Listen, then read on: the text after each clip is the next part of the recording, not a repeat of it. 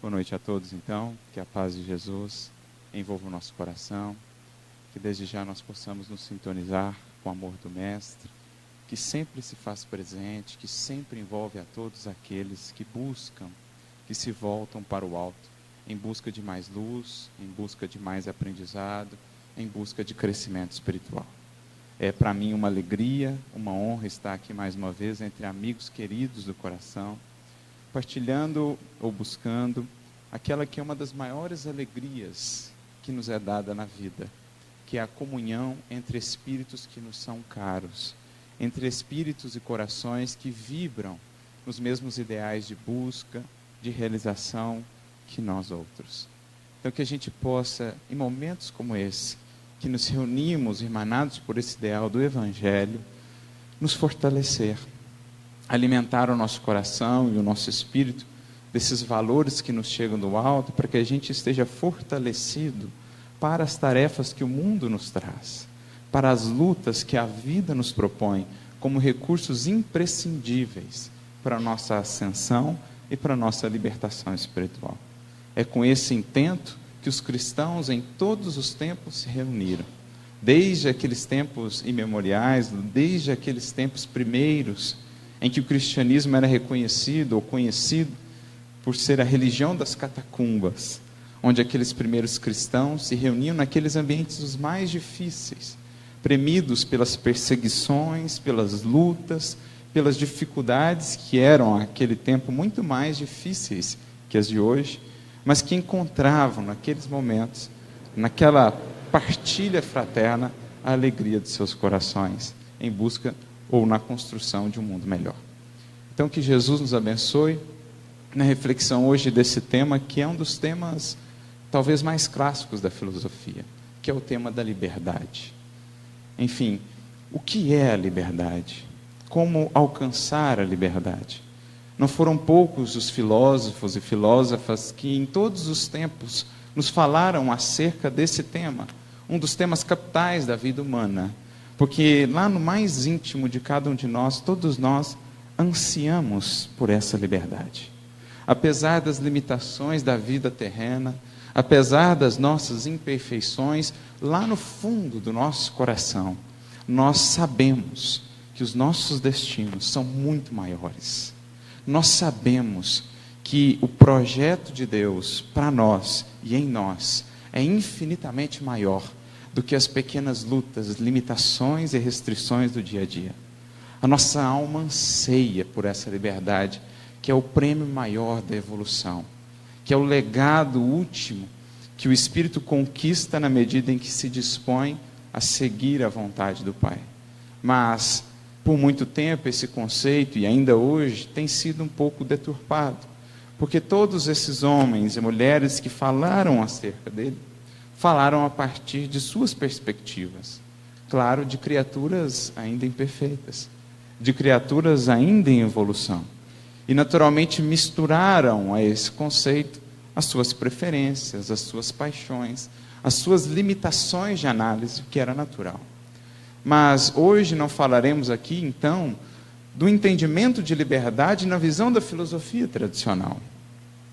Na visão dos grandes filósofos, mesmo aqueles mais conhecidos, aqueles mais renomados, que não necessariamente eram os mais perspicazes em termos espirituais, falaremos aqui da liberdade no conceito daquele que era realmente livre. Falaremos daqui da liberdade daquele que realmente a detinha, a possuía, já a conquistara. Falaremos aqui da liberdade sob a perspectiva do Evangelho, sob a perspectiva daquele que na terra é e será sempre o sábio de todos os sábios, aquele que já consolidou em si, no seu espírito, a sabedoria divina, e que veio nos trazer, ou compartilhar conosco, essa sabedoria de bilhões e bilhões de anos de evolução, resumida em algumas liçõezinhas simples, mas mais do que isso, apresentada formalmente, ou de maneira expressa na sua vida. Porque essa é a grande boa nova. Às vezes nos esquecemos disso, porque as leis das quais o Evangelho nos fala, aquilo sobre o qual Jesus nos falou, é tão antigo quanto o mundo. As leis divinas são tão antigas como o próprio Criador, tão eternas e imutáveis como o próprio Deus. Mas o que realmente é novo a partir do Cristo? O que é realmente a boa nova, que segue sendo nova para nós enquanto não é incorporada em nossa vida? Alguém que viveu essas leis plenamente. Isso é a boa nova. Isso o mundo não tinha visto até então e jamais verá. Só em Cristo se vê a vivência plena, absoluta, da lei divina em toda a sua plenitude. Isso é o Evangelho. Nessa vida do Cristo está resumido, está apresentada para nós a sabedoria desse ser, sabedoria multimilenária, que segue sendo agora para nós, a partir da sua vida, o caminho, o roteiro único da libertação plena. Não o roteiro no sentido de rótulo apenas, mas o roteiro de vivência, único capaz de libertar realmente a criatura. E por que nós resgatamos esse tema da liberdade agora? Porque estamos nos aproximando de uma data cuja mensagem principal, embora esquecida muitas vezes por nós cristãos, é justamente a mensagem da liberdade, ou da libertação a partir do Cristo. Estamos falando da Páscoa, essa que é uma data, mas mais do que uma data, é importante a gente sempre meditar no que essas datas, no que esses momentos que todos os anos se renovam, querem nos relembrar para a nossa jornada aqui na Terra. Porque as datas em si mesmas são secundárias, passam, mas o que elas nos relembram todos os anos é que de fato deveria ser por nós mais bem analisado, mais bem olhado. Natal, Páscoa, todas essas datas foram criadas ou estabelecidas por nós, seres humanos, pelas instituições humanas, mas elas acabam prestando um serviço se nós sabemos ultrapassar o limite das aparências em busca do que está por trás da festa, da data em si. A mensagem que ela renova todos os anos. Porque para nós, criaturas que ainda estamos muito distantes do conceito de eternidade, de uma vida assim contínua, sem marcos temporais, amanhã, depois de amanhã, um novo ano, um novo mês, nós ainda estamos muito distantes dessa realidade do eterno presente. Seria para nós até difícil viver sem esses marcos temporais, porque esses marcos temporais representam para nós momentos de mudança, momentos de lembrança, momentos de estímulo à renovação. Então eles têm uma certa importância, sobretudo quando a gente busca a essência. E a Páscoa, com a Páscoa não é diferente, assim como não é com o Natal. Quando a gente deixa os coelhinhos de lado, quando a gente deixa o aspecto comercial de lado, quando a gente deixa essas capas que o mundo colocou por cima de lado, a gente vai entrando no sentido profundo do que marca essa data, ou do que ela representa no contexto do Evangelho. E para entender melhor qual a relação entre Páscoa e liberdade em Cristo, o conceito de libertação no Evangelho, a gente precisa entender o contexto de surgimento dessa festa. Como que ela nasce? Ela surge com Jesus? Ou ela já existia antes? E o que ela marcava? O que ela representava? Do que ela falava? Quando a gente vai estudando, portanto, nós vemos que essa data não é uma data propriamente cristã. Ela já existia antes. Ela foi como que uma herança do cristianismo, que nasce no seio do judaísmo, mas que toma algumas dessas datas, algum desses momentos ou festividades e ressignifica eles. Traz a eles um novo caráter. E não foi diferente com a Páscoa. Era uma festa, uma comemoração muito antiga, uma das principais festas daquele povo, no qual Jesus viveu com seus discípulos. Ela remonta lá a um dos primeiros livros da Bíblia, ou algumas das primeiras narrativas da história daquele povo, no processo aí de estabelecimento na terra prometida. A Páscoa, do hebraico Pessach, remonta a uma das histórias mais fundamentais de toda a Bíblia, que a gente vai ver, sob a ótica da doutrina espírita, está muito relacionada à história da humanidade inteira.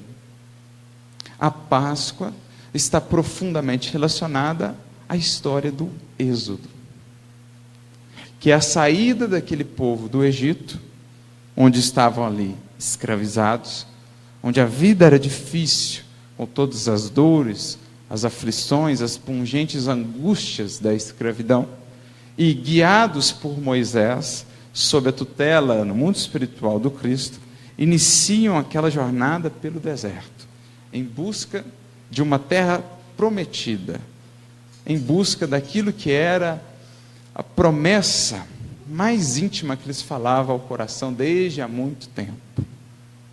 Então a Páscoa está relacionada com o início desse processo de libertação, ou dessa jornada libertadora.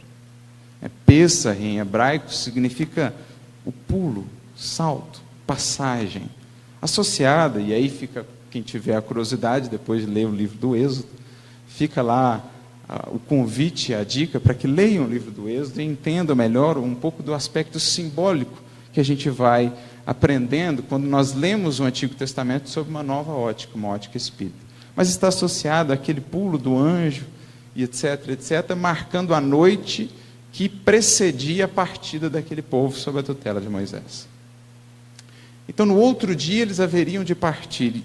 E então se constrói ali, naquela noite, alguns dos marcos que seriam depois cultivados na tradição oral, na tradição passada de pai para filho, seriam cultivados por aquele povo, por aquela raça, sempre relembrando esse marco inicial da libertação de seus pais. Precedendo essa jornada, nós temos algumas características que são até hoje as características que, por exemplo, para os judeus marcam a sua celebração da Páscoa. Eles comeram, ou eles comem ainda hoje, na comemoração da Páscoa, para lembrar esse processo de libertação, eles comem, por exemplo, os pães ázimos, que é para lembrar como foi rápido, ou como teve de ser rápida a decisão deles em partir. Não deu tempo nem da massa crescer. Por isso os pães ázimos. Para ressaltar, no sentido espiritual, a importância, e aí a gente já vai ressignificando os símbolos, a importância de cada um de nós aprendermos a valorizar os momentos, os tempos, as oportunidades que nos chegam. Como dirá Meimei, os momentos de ouro, que são aqueles momentos fugidios, mas que, se aproveitados, representam grandes ganhos, grandes avanços na nossa vida e jornada espiritual. Mas para aproveitar esses momentos de ouro, é preciso estejamos atentos, vigilantes, despertos. É disso que esses pães ázimos querem nos falar, né? Uma expressão muito utilizada por Jesus no Evangelho, ele se refere, por exemplo, ao tempo de duas maneiras, com duas palavras gregas diferentes. Uma é cronos, que é o tempo contínuo, o tempo quantitativo. A outra é kairos, tem até um livro, que é o tempo de Deus, é o momento, é a oportunidade. E kairos era representado até na mitologia grega de maneira interessante. Ele era um pequeno jovem, muito rápido, que andava nu e tinha uma franja, mas uma franja para frente, a parte da frente.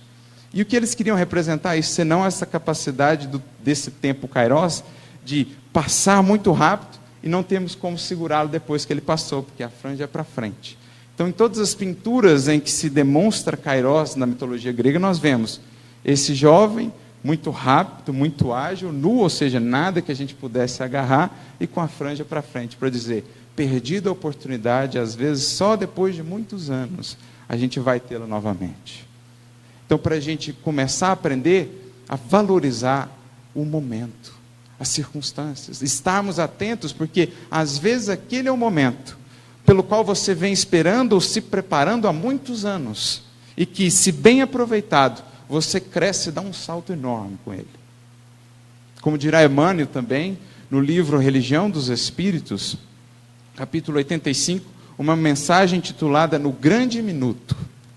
E ele diz assim, Na maioria das vezes, muitos de nós trabalhamos e aprendemos dias e dias, e às vezes muitos anos, a fim de vencermos nesse ou naquele momento chamado crise. Veja que bonito isso. Às vezes a gente está trabalhando, se preparando por muitos anos, para na hora que o Kairos chegar, a gente agarrar ele e falar assim: agora eu subo um degrau. E quantas vezes, desatentos, negligentes que estamos, não deixamos a oportunidade passar. E criamos uma série de amarras, de aflições, que nos prenderão àquela condição por muitos anos mais, até que, de novo, preparados pelo tempo, pela paciência e pela vida, possamos ver o Kairos chegar. Pães ázimos. Quando viram a oportunidade de sair, agarraram. Deixaram o que tinham que deixar para trás e seguiram. Oportunidade, valorização do tempo. Pães ázimos. Mas também outro símbolo que marca essa comemoração para os judeus é comer ervas amargas. Porque ao comerem aquelas ervas amargas, lembram do quanto custou a todos aqueles que vieram antes o fato de ali estarem hoje mais livres. O quanto foi amargo para todos os seus pais, a todos os seus antecessores, o processo de construção e de trabalho e de libertação, para que hoje eles pudessem usufruir da vida que usufruem. Ensinando, portanto, a valorizar todos os que vieram antes, o esforço e o sacrifício de todos os que vieram antes, para que hoje você tenha uma vida melhor. Para que hoje você esteja mais livre. O quanto foi amargo a muitos deles, quantos sonhos abandonados, quantos sonhos abdicaram para que você pudesse hoje estar um pouquinho mais adiante na jornada da libertação. E o quanto foi amargo aquela jornada pelo deserto. Quantas lutas, quantos dissabores. Por isso, todos os anos, a criancinha, na idade mais tenra, já é começada ou já é treinada a aprender a valorizar, comendo as ervas amargas, todo o esforço, todo o valor, todo o trabalho dos que vieram antes, em todas as gerações, comendo aquelas ervas amargas. Veja que bonito esse símbolo. E mais do que isso, talvez o grande símbolo da Páscoa, o grande marco, o Cordeiro. O Cordeiro. Porque antes daquelas famílias partirem em direção àquele aparente desconhecido, todos ali imolaram o Cordeiro, e o Cordeiro, a ceia pascal, foi o que os sustentou, o que os alimentou, precedendo a jornada. Seria aquele Cordeiro que, imolado, haveria de dar-lhes a vida e a força para seguirem adiante na jornada redentora. Então, eles seguem cultivando essa tradição, aquele Cordeiro que muitas vezes convive com a família antes de ser o sustento da família. Um símbolo forte para nós hoje, mas que queria também ensinar a eles que na jornada em busca da libertação é preciso desapegar de muitas coisas. Na jornada para a libertação, por vezes aquilo que nos é amado, ou aqueles que nos são amados, muitas vezes não vão querer partir conosco, ou não vão poder partir conosco. É preciso entender o tempo deles, mas não podemos deixar de caminhar. Ensinando que cada passo adiante significa uma renúncia a algo que ficou atrás. E nem sempre, ou na maioria das vezes, essa renúncia não é indolor. Essa renúncia envolve trabalhar o coração e focar-se naquilo que nos aguarda. Então esses são alguns dos símbolos. Alguns dos símbolos que eles seguem cultivando a relembrar esse processo de libertação espiritual, ou melhor, de libertação do Egito em busca da terra da promissão, passando pelo deserto, em toda a jornada que nós conhecemos. Mas essa é a visão, digamos, mais histórica. E como falei, o cristianismo, a visão que hoje nós temos, vai ressignificar um pouco esse processo de libertação. A gente vai vendo esses símbolos se repetindo no cristianismo, Jesus como Cordeiro, Jesus imolando-se, Jesus marcando um novo processo de libertação. Aquele cordeirinho que era imolado convivia com a família por 3 dias. Jesus conviveu conosco por 3 anos. E ao ser imolado, sendo dali por diante a força e a sustentação de todos os que iniciariam aquela jornada, Jesus está dizendo, a partir do Evangelho, a partir daquele momento, um novo êxodo se iniciava. Antes, aquele êxodo fugindo de uma escravidão material, em busca de uma terra, um local físico. Com Cristo, a Páscoa ganha um novo sentido, agora de libertação espiritual. Porque Jesus não veio lutar só com o Império Romano, no sentido de renovar, de vencer aquela opressão. Jesus veio lutar e renovar todo um império de ideias que escravizava a mente humana a uma concepção muito aquém do que seja a vida, do que seja o universo, do que seja cada um de nós e do que seja nosso Pai Criador. Então, o império contra o qual Jesus veio inaugurar um processo libertador não é mais o Egito, não era nem mesmo Roma, sua contemporânea.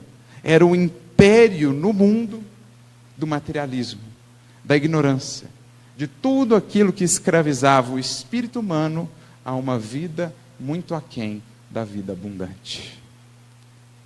Então, a Páscoa cristã é ressignificada. Nós voltamos e olhamos para aquele êxodo agora com um novo olhar, percebendo que a história daquele povo, aquela jornada, é uma miniatura da história da humanidade.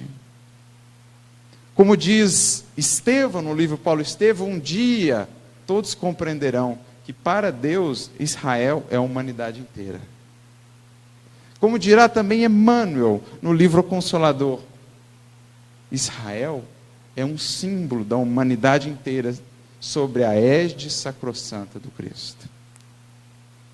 Então aquele êxodo agora passa a ser a história de todos nós, saindo do Egito, um estado de espírito, em direção à terra prometida, um outro estado de espírito, passando ou cruzando o deserto, o país ainda desconhecido do nosso mundo interior. Por isso dirá assim Gamaliel ao apóstolo Paulo, ainda Saulo, quando este o procura, pouco antes de ir ao deserto de Dan: Paulo, Saulo, eu aprendi que adaptarmos-nos ao Evangelho é descobrir um novo país, cuja grandeza se perde no infinito da nossa alma. Adaptarmos-nos ao Evangelho é iniciar essa jornada pelo país desconhecido que somos ainda para nós mesmos. Porque hoje já devassamos, já exploramos a estratosfera, já chegamos à Lua, já planejamos chegar mesmo a Marte, já devassamos e já exploramos o microcosmo, já descemos até o bóson de Higgs, já descemos mais baixo do que isso. Enfim, para cima e para baixo o ser humano já foi muito longe, mas para dentro poucos ainda iniciaram a jornada. Poucos. E os que fizeram, em geral, mudaram o mundo. Os que descobriram o infinito país que aí repousa, ainda desconhecido, as vastas florestas, as belezas indescritíveis do teu mundo interior, poucos ainda se propuseram a fazer essa jornada. Então aquele êxodo agora é entendido em sentido espiritual. Egito, no hebraico, Mitzrayim. Sabe qual é a tradução de Mitzrayim? Limitação, estreiteza. Jesus vem nos libertar da limitação, da estreiteza de uma vida regida pelo materialismo, regida pelo egoísmo. Como é pequena, como é mesquinha, como ainda está distante da vida abundante, a vida regida pelo egoísmo e pela ignorância. Essa é a limitação do Egito. Então o Egito agora, na história do Êxodo, não é mais um país de há tantos mil anos atrás. É um estado de espírito da humanidade, da grande maioria dos corações e das consciências ainda hoje, que vivem uma vida estreita, limitada. Quantos corações não passam pela terra hoje, achando que a vida se resume às sensações? Quantos corações não passam a encarnação inteira, sem saberem que são espíritos, que os seus entes amados estão vivos, que existem felicidades outras, muito maiores, duradouras e profundas do que os prazeres da matéria? Quantos milhões, bilhões de criaturas ainda hoje não vivem no Egito?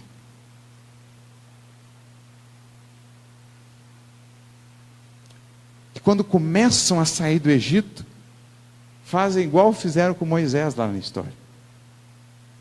Quando eles começaram a entrar no deserto e viram as lutas que a libertação impõe, a disciplina, os sacrifícios, o que eles começaram a falar com Moisés? Quem é você? Por que você nos tirou de lá? Lá pelo menos a gente tinha pão e carne. Veja o que está por trás disso, gente. É a criatura que prefere ser escrava da materialidade, das sensações, a ter que lidar consigo mesma. Eu prefiro ficar lá no pão, no circo, ainda que sofrendo, do que ter de lidar com as disciplinas do deserto, as lutas pela liberdade. Então queriam voltar, falando mal de Moisés.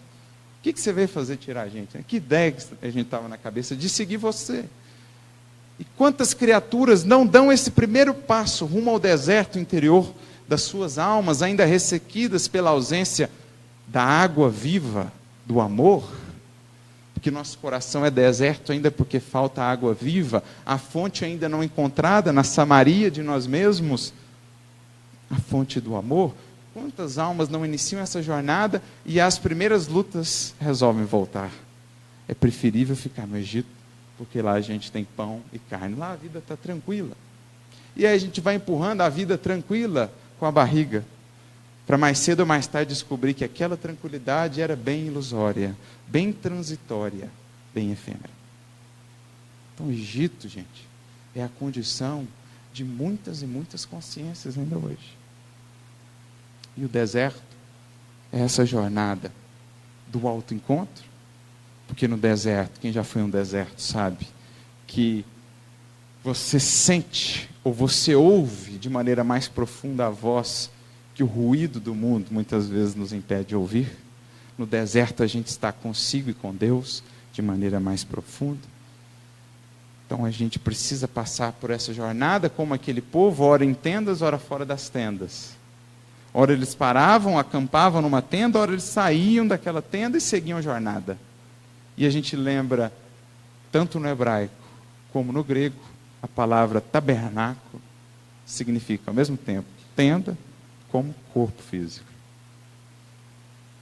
E como é que Kardec define os espíritos que ainda precisam encarnar? Errantes. Ou seja, ainda não chegaram em casa, precisam passar pela tenda, ora fora da tenda, encarnar, desencarnar, encarnar de novo, até o dia que não precisem mais das tendas, uma vez superado o deserto e alcançado a terra da promissão. Que é o estado que o Espiritismo nos diz, daqueles espíritos que não mais precisam encarnar. Que nome nós damos isso? Espíritos bem-aventurados, espíritos puros, os espíritos que alcançaram a terra da promissão, que não é um lugar físico, mas um estado de espírito, perfeita comunhão com Deus. Veja como o êxodo é ressignificado, gente. Veja como a história muda. E até nisso a gente entende. O primeiro condutor, aquele que inicia o processo de libertação do Egito, Moisés, que traz os fundamentos da lei, a base da justiça, o conhecimento do Deus único. Mas Moisés não leva o povo até o fim. Ele vai até um ponto. Dali em diante alguém assume, cujo nome, talvez por coincidência, tinha o mesmo nome do Cristo. Yeshua, Josué. Como a nos dizer que Moisés inicia o processo pedagógico libertador da humanidade, mas é o Cristo quem o consolida. É a partir do Cristo que nós temos realmente a porta ou a ponte para essa vida maior, a vida abundante da qual Ele nos fala, a ponte que Ele nos apresenta no seu Evangelho. Então a Páscoa cristã vai nos falar disso, de um novo êxodo, que iniciou-se com o Cristo, mas não mais para fugir das opressões aqui terrestres apenas, mas sobretudo dos opressores que ainda vivem em nós, mas sobretudo dessa visão da vida ainda muito diminuta, ainda muito reduzida.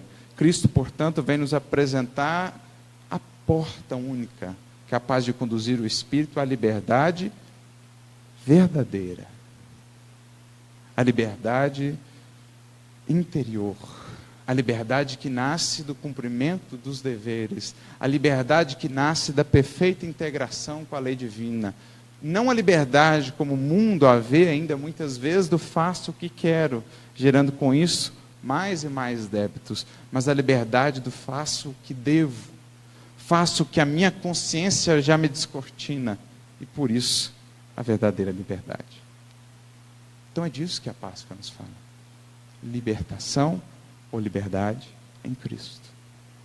E para entender melhor o conceito de liberdade em Cristo, do qual a Páscoa nos fala, nós recorremos a um texto de Emmanuel, que está no livro Palavras de Vida Eterna, capítulo 28, intitulado Na Conquista da Liberdade. E ele vai pegar um texto do apóstolo Paulo, da sua carta aos Gálatas, que é conhecida como a Carta da Liberdade. Porque o tema central da carta aos Gálatas de Paulo é liberdade. Liberdade em Cristo. E Paulo lá diz em Gálatas 5,13: porque vós, irmãos, fostes chamados à liberdade, porém não usei da liberdade para dar ocasião à carne, sede antes servos uns dos outros pelo amor. Olha que lindo o resumo de Paulo da liberdade. Não useis da liberdade, que é o destino de todos nós, não useis do vosso arbítrio, que na nossa fase se conjuga com o determinismo, porque liberdade plena só lá em cima, mas não useis da vossa liberdade limitada agora para dar ocasião à carne. O que ele está dizendo? Não useis do vosso arbítrio para vos prender ainda mais às sensações, ainda mais ao Egito. Eu sou livre, eu faço o que eu quero. E aí eu vou, ou me encaminho para o sexo desequilibrado. E aquilo me escraviza ainda mais. Achando-me livre, eu faço o que quero, que bem entendo o que o meu coração sente, sem pensar nas consequências. Achando-me livre, me escravizo ainda mais. Ou, quando eu uso da minha liberdade, do meu arbítrio, para usurpar os recursos que pertencem a milhões de pessoas, achando que com isso serei mais feliz, conquistarei uma felicidade. E aí a gente vê irmãos que criam esquemas e mais esquemas com a sua liberdade para se escravizarem. Porque a liberdade de fazer o mal, gente, é aquela liberdade que cada um de nós tem de entrar numa cela, trancar ela por dentro e jogar a chave fora. Você é livre até o momento que você trancou e jogou a chave fora. Essa é a liberdade de dar ocasião à carne. Você se julga livre para fazer o que bem entende, mas logo ali você vê abraços, ou vinculado, algemado às consequências disso. Ao passo que aquela outra liberdade, muitas vezes não tão valorizada ou buscada, a da disciplina, por exemplo, a de dizer não a si mesmo, quando sabe que aquilo não é bom para si, porque aqui vale um parêntese, não ser capaz de dizer não a si mesmo não é ser livre, pelo contrário, é ser escravo. Quem não consegue dizer para si mesmo, não vou fazer, não é livre. Não é livre. Né? Como diz um sábio certa feita, se Deus quisesse nos punir, bastaria Ele atender a todos os nossos desejos. Se Ele quisesse. Porque é mais ou menos essa dinâmica. Agora, a gente vai entender a liberdade que Paulo está falando aqui. Antes, sede servos uns dos outros pelo amor. Porque quando o amor está na linha de conta, na base, aí eu não vou considerar apenas o meu desejo, o meu interesse. Eu vou envolver todos os envolvidos na conta, no planejamento. Como dizem os Espíritos, só existe realmente bem quando se considera todos. Bem é bem só se for para todos. Não para mim, para os meus, para o nosso time, para a nossa equipe. Bem é bem de todos. Então, se o amor está na base, grandes chances de fato você estar no caminho de liberdade. Por isso dizia assim Santo Agostinho nos seus escritos: ama e faça o que quiseres. Ama, vírgula, e faça o que quiseres. Porque se realmente você amar, tudo que você fizer vai estar condicionado a esse amor, então não tem problema. Mas é preciso também atentar, que amor é esse? O amor egoísmo? O amor ainda jungido a egoísmo nosso? Ou o amor como Cristo propôs? É desse amor de Cristo que Agostinho fala: ama e faça o que quiseres. Então é mais ou menos isso que Paulo está falando. E aí, Emmanuel, comentando, diz assim: a mente humana, antes do contato com Cristo, o divino libertador, padecia milenárias algemas de servidão. Egito. Veja, a mente humana estava escravizada ou limitada àquela concepção de vida. Escravizada, algemada. Egito. Aí ele começa a citar. Era o cativeiro da violência, convertendo o mundo em arena de senhores escravos. Era o grilhão implacável do ódio, garantindo impunidade aos crimes de raça. Era a treva da ignorância, aprisionando a inteligência nas teias do vício dourado. Era a obsessão da guerra permanente, encarcerando os povos em torrentes de sangue e lama. Muitas dessas algemas, a humanidade, de modo geral, ainda padece. Alguns, uns ou outros, já conseguiram libertar-se delas, mas, de uma maneira geral, são essas as algemas que ainda escravizam a humanidade. Que podem ser resumidas aqui em duas algemas, uma prendendo cada braço, uma limitando cada asa: egoísmo e ignorância. A ignorância que nos traz uma visão de mundo muito limitada, muito restrita, porque aquilo que a gente ignora não existe para a gente. Então a gente ignora uma série de alegrias, uma série de belezas, uma série de criações divinas, de projetos divinos, a gente ainda ignora. Porque o que nós ignoramos ainda não existe para nós. E o processo de libertação é justamente pelo conhecimento da verdade, cada vez vemos como a obra divina é bela, é perfeita, é grandiosa. E por outro lado, o egoísmo, que nos aferra às nossas paixões. Egoísmo que tem um vínculo estreito com o apego à materialidade, como os Espíritos nos dizem na questão 917. O egoísmo nasce ainda da influência da matéria no ser, no espírito. Quanto mais apegado à materialidade, mais ainda o egoísmo tem força, viceja. Quanto mais o ser se desmaterializa, ou, por outras palavras, se espiritualiza, menos o egoísmo tem força no ser.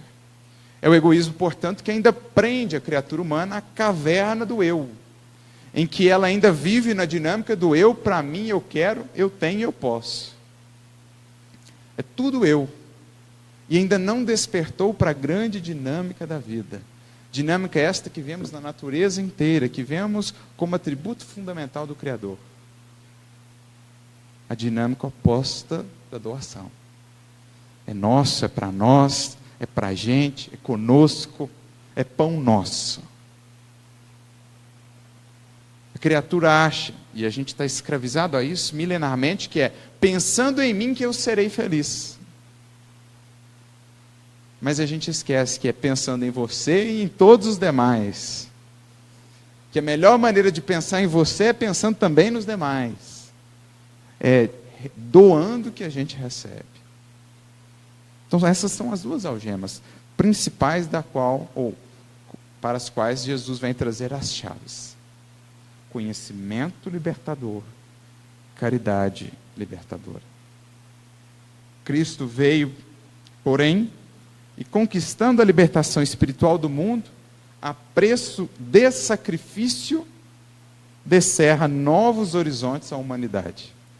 Veja, a preço de sacrifício. Porque todos os que semearam realmente o progresso, gente, no mundo de provas e expiações, o preço do progresso é ainda o preço do sacrifício. Como diz Jesus, a semente de trigo que cai no solo e não morre, não dá fruto, fica sozinha. Mas a semente de trigo que cai no solo e morre, vira pão para alimentar as multidões. Esse é o preço da luz. Todas as criaturas, homens e mulheres, em todos os tempos, que impulsionaram a humanidade adiante, o fizeram pelas vias do sacrifício. Descobrindo o tesouro divino, a capacidade divina de tornar o ofício as nossas ações sagradas. Isso é sacrifício. É tornar as nossas ações divinas, na medida da nossa possibilidade, conclamando, despertando as consciências ao nosso redor para uma vida maior. Quem olhava para um Chico com todos aqueles sacrifícios, via algo de divino ali, porque via algo que no mais íntimo ela sentia existir, mas estava adormecido, porque essas vidas nos lembram do que está em nós esquecido, do que está em nós adormecido. Então essas almas que sacrificam-se são as almas que fecundam o mundo, que fecundam as consciências. São as sementes que dão da sua vida para gerar novas vidas. São as sementes que transmutam-se em frutos, frutos esses que carregam sementes de renovação. Quem prova do fruto da vida de uma semente como esta, da vida dada em sacrifício, colhe também dentro do fruto a semente que haverá de renovar. Assim foi que os mártires, assim foi que todos os mártires do progresso em todos os tempos fizeram. E o Cristo, por excelência. Da manjedoura à cruz, movimenta-se o amigo divino. Olha só, reintegrando o homem, agora ele dá os elementos da nossa libertação. Na simplicidade, do equilíbrio, da esperança, da alegria e da vida eterna, que constituem fatores essenciais da justa libertação do espírito. Então, a começar, gente, simplicidade. Em outras palavras, reduzir as necessidades que a gente cria para ser feliz. Porque uma vida feliz é uma vida simples, porque na simplicidade, como já dizia Da Vinci, está o último grau de sofisticação. Na simplicidade não falta e não sobra nada. Na simplicidade tem-se o essencial. Mas a gente cria tantas exigências, que são tantas barreiras para a felicidade, que ela de fato nunca se faz presente. Nunca se complementa, porque a gente sempre põe outras necessidades que em verdade não são necessidades. Eu me recordo aqui da questão 926 do Livro dos Espíritos, quando Kardec pergunta assim: a civilização, em criando novas necessidades, não aumenta as aflições do ser humano? E os Espíritos dizem: sim. Os males do mundo estão na razão direta das necessidades fictícias que vocês criam. Há muitos males e angústias se forraria aquele que soubesse contentar-se com o que tem. Rico é o que tem menos necessidades, dizem eles. Então a gente, para ser feliz, precisa disso, disso, aquilo outro, que o outro faça isso, que o outro faça aquilo outro, que eu tenha isso, que eu compre isso. E aí nunca chega, porque a gente sempre amplia a meta. Quando se aprendêssemos a buscar na simplicidade dos momentos, dos instantes, em família, na contemplação à natureza, num sentimento de gratidão, a fonte pura da felicidade, esta nunca nos faltaria. Jesus, portanto, vem nos dizer como a simplicidade é um ingrediente essencial para a justa libertação do nosso espírito. Quantas angústias por aquilo que a gente não tem e talvez nunca vai ter. Mas quão pouco valorizamos aquilo que temos, ou mais do que isso, o que somos, quem está conosco, a oportunidade, o tempo de cada dia. Equilíbrio. No mundo hoje, sobretudo, o mundo de excessos. Talvez poucas palavras definam tanto o mundo de hoje como um mundo de excessos. Excessos de palavras, excessos de prazeres, excessos de compras, excessos de busca, excesso de tudo. Mas todo excesso esconde uma falta, não é? Em especial a falta das faltas.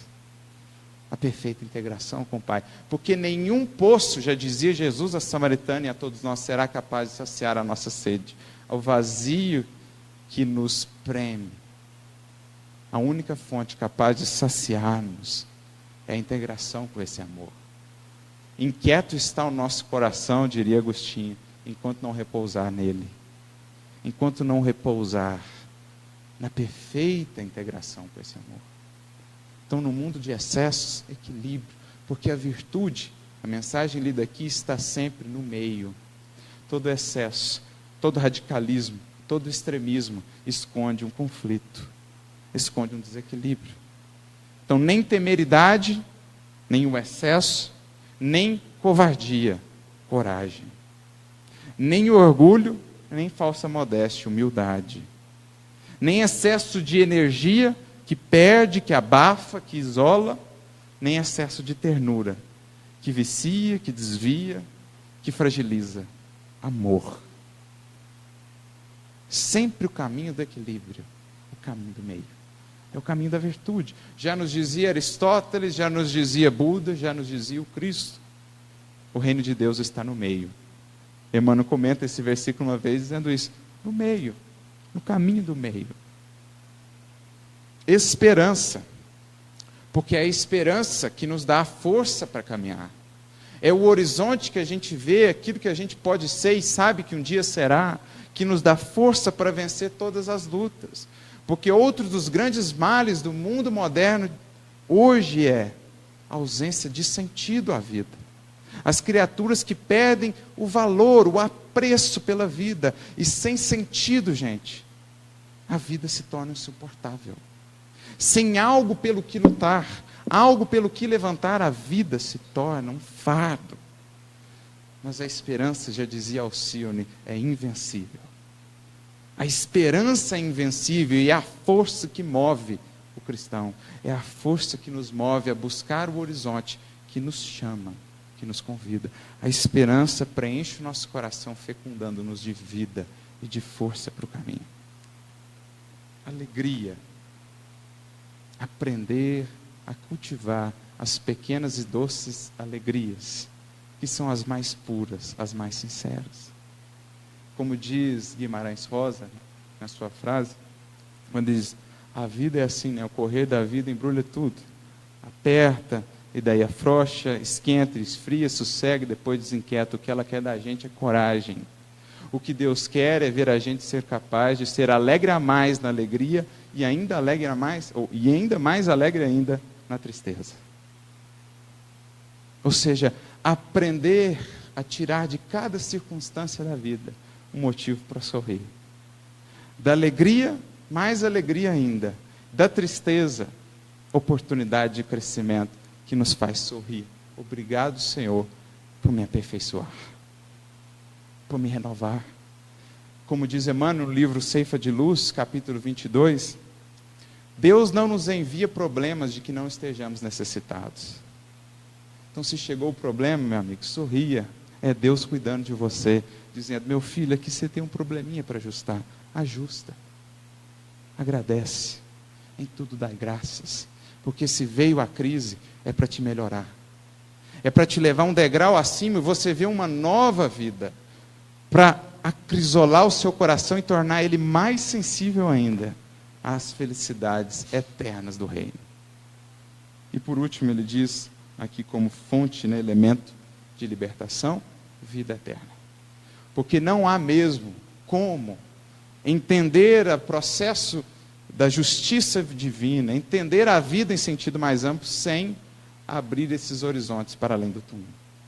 Só esse horizonte esplêndido que o Doutrina Espírita e o Evangelho nos descortina para além do túmulo é que traz sentido à vida antes do túmulo. Porque se não há vida depois, se não há nada depois, realmente a criatura se entrega com todas as forças ao agora. Como dizia Paulo na sua carta, se não há ressurreição de mortos, se Cristo não ressuscitou, comamos e bebamos, porque morremos amanhã. Mas, se há vida, e é uma vida infinitamente maior, a nossa vida aqui agora é ressignificada. Novos valores, novas metas, novos horizontes, novos objetivos. E aí Emmanuel conclui: devemos, pois, ao Senhor a felicidade da nossa gradativa independência para a imortalidade. Entretanto, para atingir a glória divina a que estamos destinados, a terra prometida, é preciso saibamos renunciar conscientemente à nossa própria emancipação. Veja que interessante o que ele diz. Para você ser livre, você precisa renunciar à sua liberdade de querer fazer o que você quer. E cada vez mais a gente vai aprendendo isso, gente. É renunciando que se ganha. Quando você tem um monte de exigências para que o outro te ame, muitas vezes ele não vai te amar. Mas quando você renuncia e deixa ele ser o que ele quer, e o ama mesmo assim, aí ele vem para você.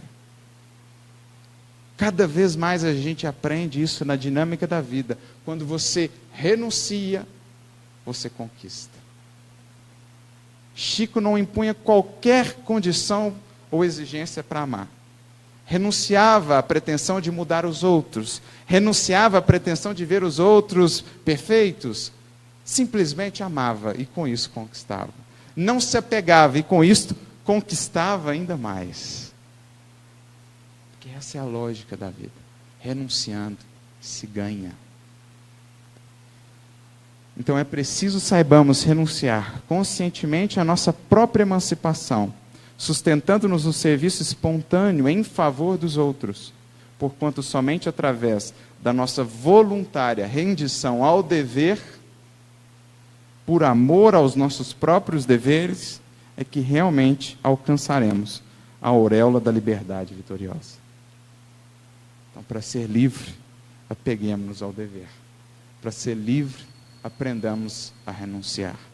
Essa é a liberdade da qual Cristo nos fala. A liberdade da disciplina de nós mesmos, que, como dizia o Chico, a disciplina não são as grades da cela, a disciplina é a chave da porta. A rendição, já por consciência, por entendimento, ao dever, na sustentação do trabalho, na sustentação do bem a todos.